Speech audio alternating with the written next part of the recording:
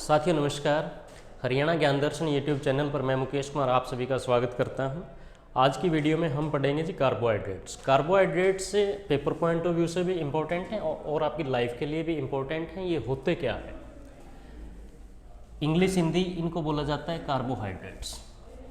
Large group of organic compounds. Organic compounds का मतलब होता है जैविक यौगिक। जैविक यौगिक, तो ये कार्बोहाइड्रेट क्या हैं? जैविक यौगिकों का समूह होते हैं। कार्बोहाइड्रेट जैविक यौगिकों का समूह होते हैं ऑर्गेनिक कंपाउंड्स का। अब बात आई कि जैविक यौगिक किसको कहेंगे? वे कंपाउंड्स जो कार्बन और हाइड्रोजन के मेल से बने होते हैं उनको बोला जाता है ऑर्गेनिक कंपाउंड्स। वे कंपाउंड जो कार्बन और हाइड्रोजन के मेल से बनते हैं उनको बोला जाता है ऑर्गेनिक कंपाउंड, और उनका समूह होता है कार्बोहाइड्रेट। कार्बोहाइड्रेट में हाइड्रोजन और ऑक्सीजन का अनुपात कितना है? 2:1। ध्यान दीजिए, जैसे आपने कभी देखा होगा, सुना होगा C6H12O6। C6H12O6 ये नाम दिया जाता है किसका जी? ग्लूकोज का। C6H12O6 इसके अंदर कार्बन 6, हाइड्रोजन 12, ऑक्सीजन 6। तो यहाँ पे सीन क्या है?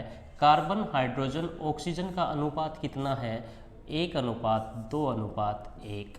कार्बोहाइड्रेट्स में कार्बन हाइड्रोजन और ऑक्सीजन का अनुपात कितना होता है? 1:2:1। और कार्बोहाइड्रेट में पानी और ऑक्सीजन का अनुपात कितना होता है? हाइड्रोजन और ऑक्सीजन, प्लीज, हाइड्रोजन और ऑक्सीजन का अनुपात कितना होता है? 2:1 होता है। तो इस तरह के क्वेश्चन हमारे पास पूछ लिए जाते हैं। कार्बोहाइड्रेट का फंक्शन क्या है? Carbohydrate provides approximate 70% of energy. Carbohydrate से मनुष्य को लगभग 70% ऊर्जा मिलती है। कार्बोहाइड्रेट की खोज किसने की थी? जस्टस वॉन लीबर्ग ने इसकी खोज की थी। जस्टस वॉन लीबर्ग ने खोज की थी, कब की थी? 1800 में, सन 1800 में इसकी खोज की गई थी। कार्बोहाइड्रेट्स 3 टाइप के होते हैं। सबसे पहला है जी मोनोसैकराइड्स। मोनोसैकराइड्स को हिंदी में बोलते हैं एकल शर्कराधारी। मतलब क्या? इनमें शुगर के मॉलिक्यूल कितने हैं? 1 है। शुगर का मॉलिक्यूल इसमें कितना है? 1 है।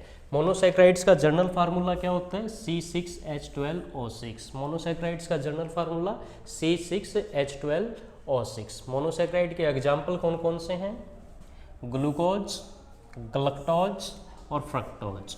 मोनोसैकराइड्स के एग्जाम्पल ग्लूकोज, गलक्टोज और फ्रक्टोज। सिंपल सा क्वेश्चन पूछ लेते हैं, इनमें से कौन सा कार्बोहाइड्रेट या कौन सी शुगर मोनोसैकराइड का उदाहरण नहीं है, या इनका आपका फार्मूला क्या है? ग्लूकोज का फार्मूला, गलक्टोज का या फ्रक्टोज का? इन तीनों का फार्मूला क्या होगा जी? C6H12O6।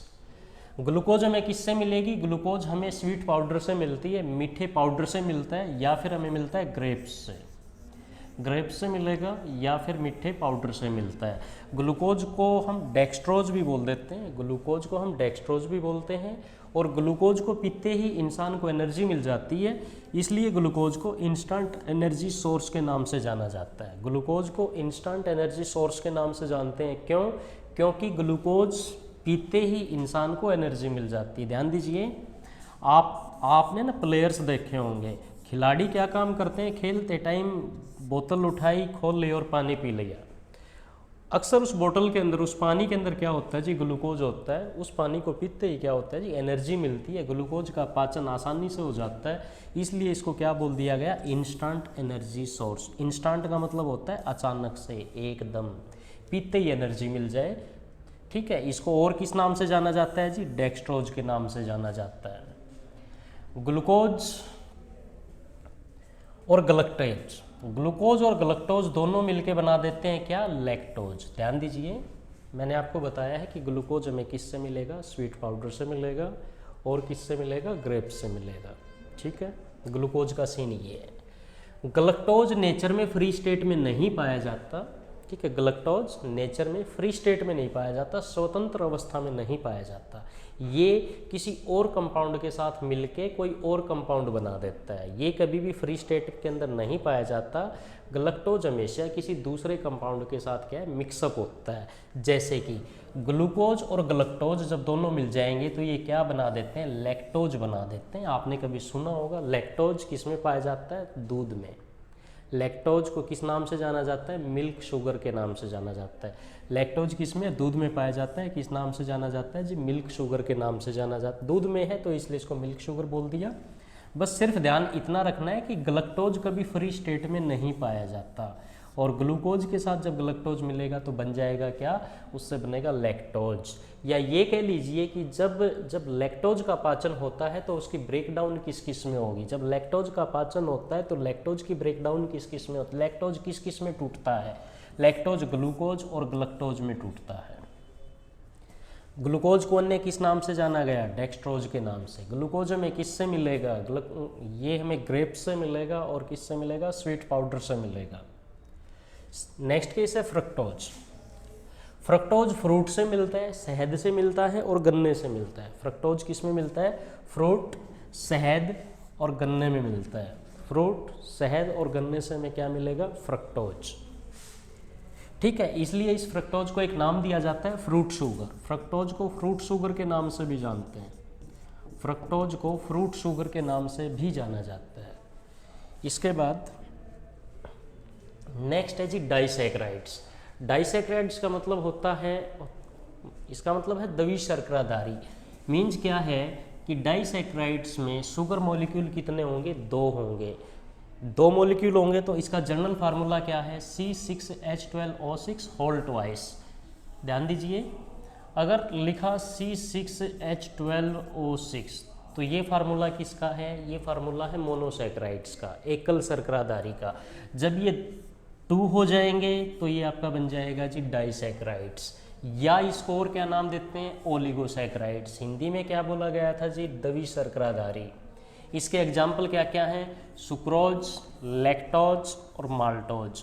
सुक्रोज, लैक्टोज और माल्टोज किसके एग्जाम्पल हैं, द्विशर्कराधारी के। सुक्रोज को किस नाम से जाना जाएगा, टेबल शुगर के नाम से। ध्यान देना, पेपर के अंदर इस टाइप के सीधे सीधे क्वेश्चन बनते हैं।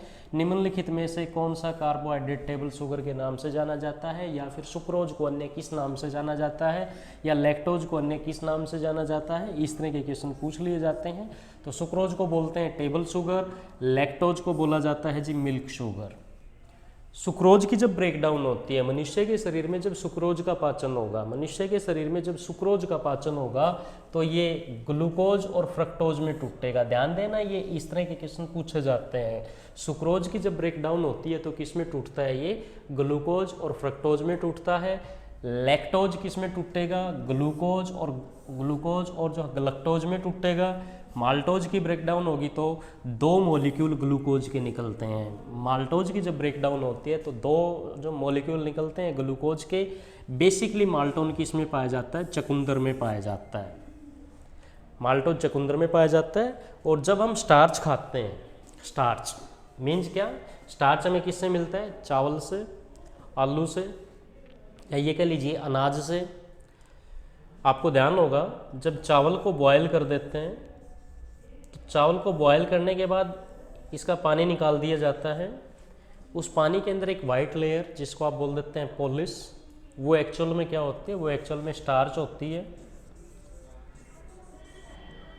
तो जब हम स्टार्च खाते हैं, वो चाहे चावल से आई, अनाज से आई, आलू से आई, या फिर किसी फ्रूट से आई, तो स्टार्च का जब पाचन होता है, स्टार्च का पाचन होता है तो हमें माल्टोज मिलता है। स्टार्च का पाचन होने से हमें माल्टोज मिलेगा। स्टार्च का पाचन कहाँ पे होता है, स्टार्च का पाचन मनुष्य की जीभ पे होता है। मनुष्य की जीभ पे स्टार्च का पाचन होता है। कैसे होता है, जिस टाइम हम पाचन तंत्र वाला टॉपिक पढ़ेंगे, डाइजेस्टिव सिस्टम पढ़ेंगे, उस टाइम इसकी डिटेल्स वगैरह को देख लेंगे। बस इतना ध्यान रखें कि स्टार्च का पाचन मनुष्य की जीभ से शुरू हो जाता है, माउथ से शुरू हो जाता है। इसके बाद नेक्स्ट है जी पॉलीसैकराइड्स। पॉलीसैकराइड्स कार्बोहाइड्रेट का तीसरा टाइप, बहुशर्कराधारी पॉलीसैकराइड्स। इसके 4-5 एग्जाम्पल क्या क्या हैं, जैसे स्टार्च है, polysaccharide starch, cellulose, glycogen, chitin और हाई एलुरोनिक एसिड। हाई एलुरोनिक एसिड, इसके ये 5 एग्जाम्पल बेसिकली हैं। तो एक तो आपके पास सिंपल वे, एकल शर्कराधारी, बहुशर्कराधारी और जो द्विशर्कराधारी, इनके एग्जाम्पल्स पेपर में पूछ लिए जाते हैं कि कौन सा एग्जाम्पल किसका है या किसका नहीं है। तो पॉलीसैकराइड्स में ध्यान दीजिए, स्टार्च। स्टार्च हमें किससे मिलेगा? स्टार्च हमें आलू से मिलेगा और किससे मिलेगा? अनाज से मिलेगा। स्टार्च की ब्रेकडाउन किस किस में होती है? जब स्टार्च का पाचन होता है तो ब्रेकडाउन किस किस में होगी? ग्लूकोज और माल्टोज में होगी। जब सेलुलोज की ब्रेकडाउन होगी तो ये किस में टूटेगा? ये टूटेगा बीटा ग्लूकोज में, ये टूटेगा बीटा ग्लूकोज में। ध्यान देना, मनुष्य के शरीर में कभी सेलुलोज का पाचन नहीं होता, मनुष्य के शरीर में कभी सेलुलोज का पाचन नहीं होता। ना के बराबर, थोड़ा बहुत ना के बराबर पाचन होता है किसके अंदर? लार्ज इंटेस्टाइन में। ध्यान देना, छोटी ये प्लीज, लार्ज इंटेस्टाइन में किसका पाचन होता है? मनुष्य की बड़ी आंत में किसका पाचन होता है? तो सेलुलोज का पाचन ना के बराबर होता है। लेकिन अगर क्वेश्चन दूसरे टाइप से पूछ लेता है कि सेलुलोज का पाचन किसके अंदर होता है या नहीं होता है, तो ध्यान देना मनुष्य के अंदर सेलुलोज का पाचन नहीं होता है। या ये कह दे कि मनुष्य के अंदर निम्नलिखित में से किसका पाचन नहीं होता? प्रोटीन, वसा, ठीक है, जो ठीक है, ग्लूकोज या फिर सेलुलोज, तो ध्यान रखें सेलुलोज का पाचन नहीं होता, बाकी सभी पोषक तत्वों का पाचन होता है। तो सेलुलोज की ब्रेकडाउन किस में होती है? बीटा ग्लूकोज के अंदर होती है। थोड़ा बहुत पाचन लार्ज इंटेस्टाइन में ना, जो ना के बराबर है। सेलुलोज हमें किससे मिलता है? सेलुलोज हमें घास से मिलता है। अब बात आई, क्या मनुष्य घास खाता है? तो ध्यान रखें, पालक है, बथुआ है, मेथी है, तो इस टाइप के ये जो होते हैं वेजिटेबल्स, इनको किस में काउंट किया जाता है? घास में काउंट किया जाता है, ग्रास में काउंट किया जाता है, और इसको हम खाते हैं। नेक्स्ट केस है जी, नेक्स्ट केस है ग्लाइकोजन। ग्लाइकोजन कार्बोहाइड्रेट कहाँ से आया? पॉलीसैकेराइड है, ये कहाँ से आया? तो आपने कभी पढ़ा था लास्ट वीडियो में, पेनक्रियाज से एक हार्मोन निकलता है इंसुलिन, पेनक्रियाज से हार्मोन निकलता है इंसुलिन। इंसुलिन हार्मोन ग्लूकोज के पाचन में सहायक है। इंसुलिन हार्मोन ग्लूकोज के पाचन में सहायक है। इंसुलिन ग्लूकोज को ग्लाइकोजन में बदल देता है, इंसुलिन ग्लूकोज को ग्लाइकोजन में बदल देता है, और इस ग्लाइकोजन का भंडारण मनुष्य के शरीर में कहाँ होता है? स्टार्च। ग्लाइकोजन का भंडारण मनुष्य के शरीर में कहाँ पे होता है जी? लीवर में होता है। ध्यान रखें दोबारा से, पेनक्रियाज से इंसुलिन हार्मोन निकलता है, इंसुलिन ग्लूकोज को ग्लाइकोजन में बदलता है, और ग्लाइकोजन का भंडारण कहाँ पे होता है जी? लीवर में होता है जी, यकृत में होता है। नेक्स्ट है जी चिटिन। चिटिन को सबसे मजबूत कार्बोहाइड्रेट माना गया है, चिटिन सबसे मजबूत कार्बोहाइड्रेट है। चिटिन एक प्रोटेक्टिव कवरिंग के रूप में काम करती है। प्रोटेक्टिंग कवरिंग का मतलब होता है सुरक्षात्मक कवच का काम करती है। जितने हमारे सॉफ्ट टिश्यू होते हैं, मांसपेशियां होती हैं, तो उनके अंदर ये किसका काम करेगी? प्रोटेक्टिव कवरिंग का काम करेगी। ध्यान रखना, जैसे छिपकली है, छिपकली को अगर हल्का फुल्का कट लगा दिया जाए तो शायद उसमें से ब्लड नहीं आएगा, क्योंकि छिपकली का जो रक्त परिसंचरण तंत्र है, ब्लड सर्कुलेटरी सिस्टम है, उसके रक्त परिसंचरण तंत्र की बाह्य कवरिंग किससे बनी हुई है? चिटिन से बनी हुई है। उसकी बाह्य कवरिंग किससे बनी हुई है? चिटिन से। ध्यान दीजिए, मनुष्य को अगर ब्लेड से कुछ अगर हल्का सा कट लगा दिया जाए तो खून निकल जाएगा, लेकिन अगर छिपकली की बात करें, कट लगाएंगे खून नहीं आता है। उसकी आउटर कवरिंग किससे बनी होती है? चिटिन की बनी होती है। चिटिन सबसे मजबूत कार्बोहाइड्रेट होता है। क्या काम करेगा? प्रोटेक्टिव कवरिंग का काम करेगा।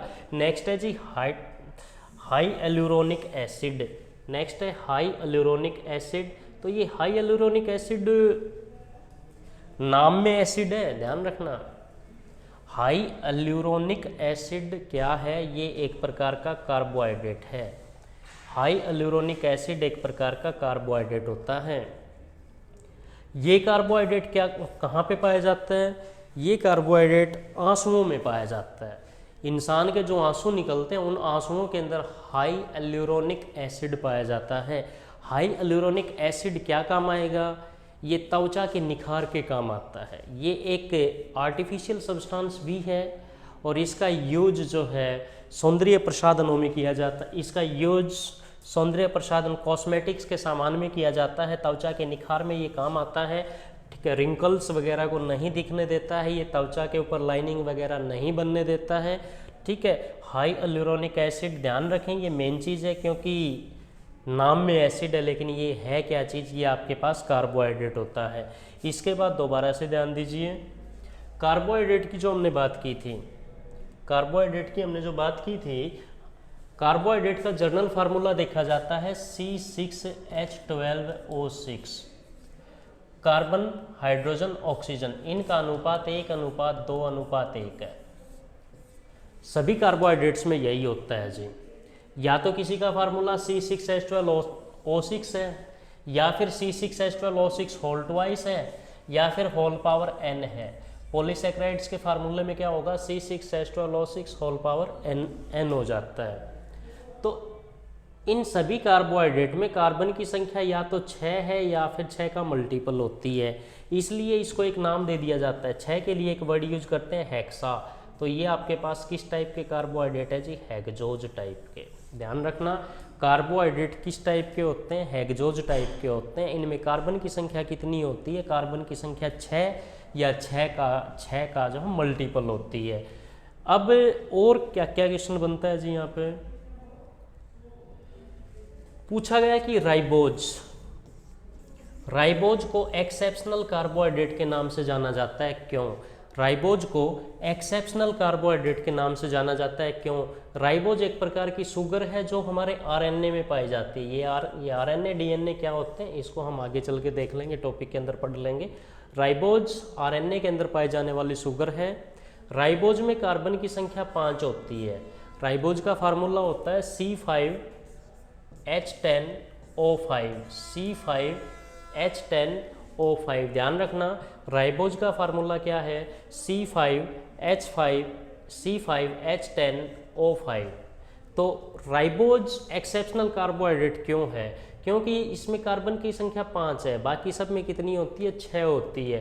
5 के लिए कौन सा वर्ड यूज करते हैं, पेंटा। तो राइबोज किस प्रकार की शुगर है, राइबोज पेंटोज प्रकार की शुगर है।